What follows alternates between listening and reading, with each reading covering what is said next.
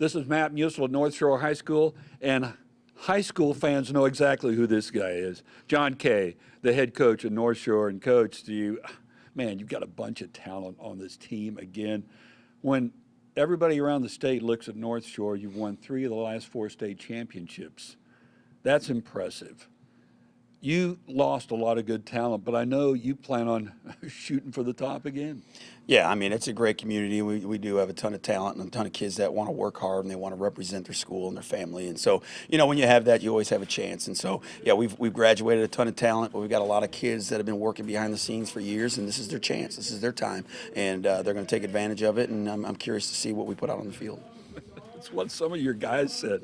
Well, let's just wait and see how this breaks. Of course, they're excited to kind of unleash the 2022 version against the Woodlands. That's what they were telling me. Yeah, I mean, the Woodlands a great program, and we've had some history with them back in the early 2000s, and it's great to rekindle this rivalry once again. And, I think both programs are only going to get better out of this game. And so, they're going to identify some weaknesses of ours, and hopefully we'll do the same for them. And I think anytime you do that in a non-district, that's what you want. What you did last year with a freshman quarterback, I was talking with Caleb, and he feels more confident.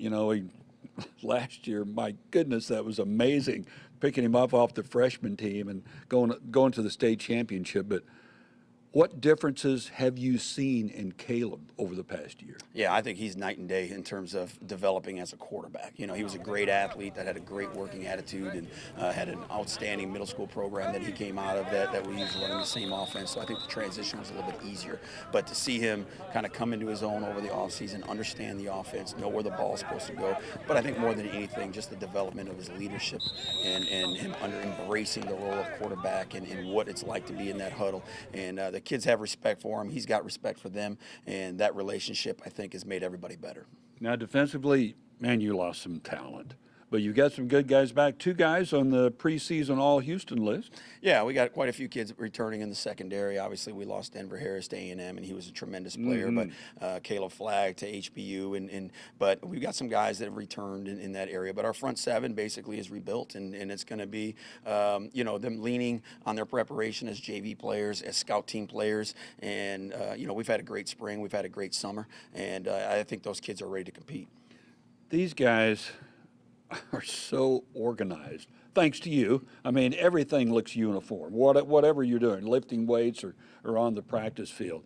Do you have any NIL inquiries? Because that's the big hot acronym right now in high school and college sports. Yeah, no, we close these doors and we get to work, and I think we keep things pretty close to the vest. But these kids, I think, appreciate the consistency. They're getting it at the house. We're providing it here in school, and I think from top to bottom they understand the expectations. And I think anytime that you can take the gray out of it for any adolescent kids, it helps things kind of move a little bit cleaner. And so I couldn't ask for a better group of guys. I think the staff is unbelievable, and we're just trying to keep this thing rolling.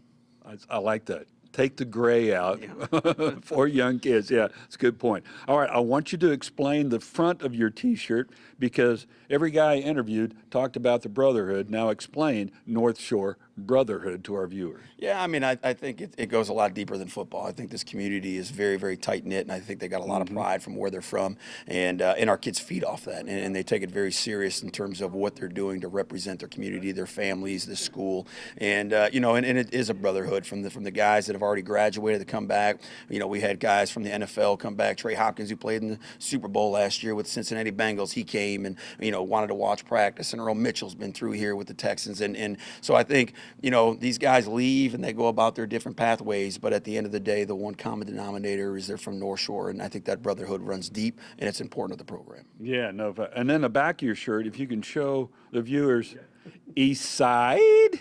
Okay, tell me about the pride of East Side. Without doubt, I just think it's a blue-collar community, and these kids have, they take a lot of pride in being where they're from, and so the work ethic that they're seeing daily at the house, they're bringing to us in this program. We build on that, and it's something that these kids have kind of rallied around, and we're going to continue to do that and celebrate this community.